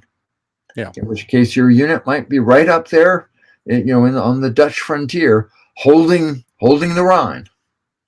And Henry has one, which I think you and I have already talked about this, but it'll be great for everybody else to hear. Do the rules like NATO have the veteran summary whereby if you are familiar with the concept, you can just skip? The veteran summary in NATO worked really well, and I got an amazing amount of positive feedback for that in terms of simplifying having to read all those rules. But I couldn't do that with air and armor, much as I wanted, because NATO is a derivative game. You guys have all seen those concepts and you're quite familiar with them. Air and armor is not a derivative game. It is an original design, and it's so different from any other game that you guys have played. I just couldn't give a veteran summary. I would have had 3 or 4 of them in 43 rules cases, and all the other ones wouldn't have had one because you really need to read the rules. So unfortunately, no. What I will tell you is that if you follow the sequence of play and you use the charts and tables, and there are a ton of player aids that are designed to help you learn the game, and every chart and table has a written procedure that tells you what the rules would have told you. If you just use the sequence of play and the charts and tables, you can pretty much play air and armor. There you go. So that worked, but... Got a comment here. Tommy McGuire saying, being mostly interested in historical games, this kind of discussion is weirding me out. Not used to a TONE that is more than some guys with pointy sticks. And then I said, how so? And that was his answer right there. So getting into more detail, I think, than he expected. Well, I'm afraid I don't have any phalanxes, although I will admit that a Soviet tank regiment is not very far off from a phalanx. So this sounds like a lot of games. How many games do you plan to complete per year? I really think that it's beyond my capacity to complete more than one game a year. I'm 63. I hope to be designing into my 80s. So, my hope is I might have another 15 games in me, but I'm definitely a believer in quality over quantity.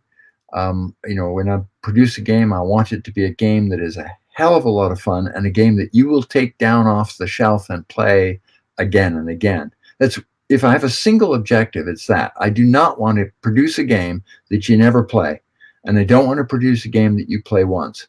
I want to produce games that are one of your go-to games because they're so fun.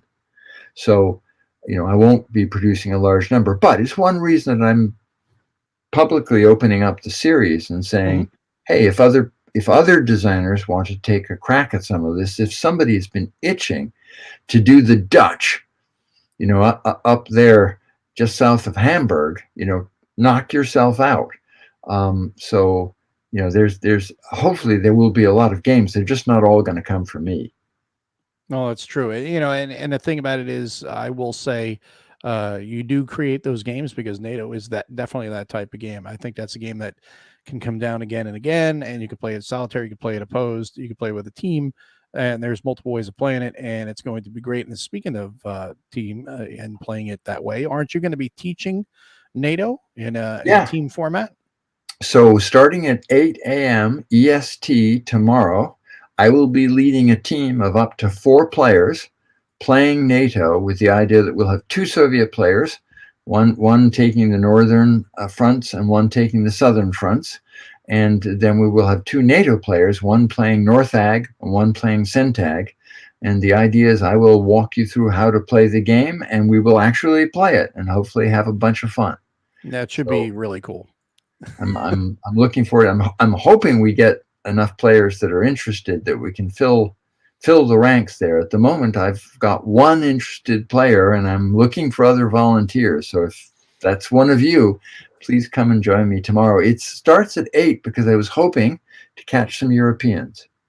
Yeah, and I will say right now, if you are not signed up for ACDC right now, go do it. It only costs $5. That's it. And that's because we're required to charge something by Tabletop Events, which is what is the software that's used to run the convention. So cost is minimal, and go join. And trust me when I say it's the best way to learn how to play NATO is to play with Bruce, because he's going to teach you. He knows the game inside and out. He's a great teacher, and it's going to be an engaging experience for you. And if you don't already have a copy of it, it's a great way to see. And then you're going to kick yourself for not getting a copy, but they are being reprinted and they will hopefully be available soon. And then, of course, after you have your team play that you've got going, we've got another event tomorrow that you'll be part of, which is the World War III Roundtable, which will be at 12 Central. And that's going to have yourself as well as Fabrizio Vianello, Tony Morfitt, both of those from Thin Red Line Games, Yves Rattel, who's going to be joining us from VUCA Simulations, Adam Starkweather, who's doing the OSS and CSS systems that are also dealing with the modern warfare topics from Compass Games. And then, of course, Mark Herman as well. So it should be a really interesting roundtable with that much brain power in one place. It's going to be an interesting discussion, I will say. I think the only person we're missing is Carl Fung. Yeah, it would be great to have Carl in here as well. But unfortunately, we did not have the space. Next time, we're going to have to do that again. We're going to have to do this again and revisit it and add some more people. Because then we have to set aside 4 hours for it, too. I'm really looking forward to that discussion. I'm not sure I'm going to get a word in edgewise, but it will be fun. And it'll be interesting to see different. I mean, how Mark will answer a given question is probably going to be quite different from how Fabrizio answers it. So sure. That's what's so great about all these different designs. Everybody has a different perspective and a different approach. And it's not right or wrong. It's just a different approach. And I deeply respect Fabrizio Vianelli. I mean, he is a good game designer. And, I look at what he does and I see a fellow professional, and my hat's off to him. Absolutely. So Fred, if you have not already signed up for the NATO event, you can do so right now. I would definitely recommend doing that, and then setting your alarm clock for 8 o'clock and jumping online and having a really great time playing NATO with Bruce. It's going to be up to 4 players. So 2 players for NATO, 2 players for the Pact. And then after that, like I said, the 12 o'clock show, 12 Eastern, will be the World War III Roundtable. But wanted to thank all you guys for joining us tonight. One Eastern. We got one more thing. Well, it's 1 Eastern. That's right. I always get my Central. Yeah, it's 1 Eastern. It's 12 Central. Sorry, 12 my time. So you got that right. Correct. Thanks for correcting me on that. But 1 o'clock Eastern is going to be the World War III roundtable, 12 Central. So make sure you check that out, and appreciate everybody for tuning in tonight. Really appreciate the participation. And then, of course, obviously, thanks to Bruce Maxwell for joining us. It's always great to have you on, Bruce, and love hearing you talk about your games. You're so passionate about them. You're so knowledgeable on them. And it's just always a treat to listen to you talk. Well, thank you. I've been playing war games for 40 years, and this is absolutely my hobby of choice. And as vices go, it's a pretty inexpensive vice. So here's to much more wargaming, guys. No, absolutely. And we will see you guys on the next one tomorrow at 1 p.m. Eastern with the World War III Roundtable. Have a great night, everybody.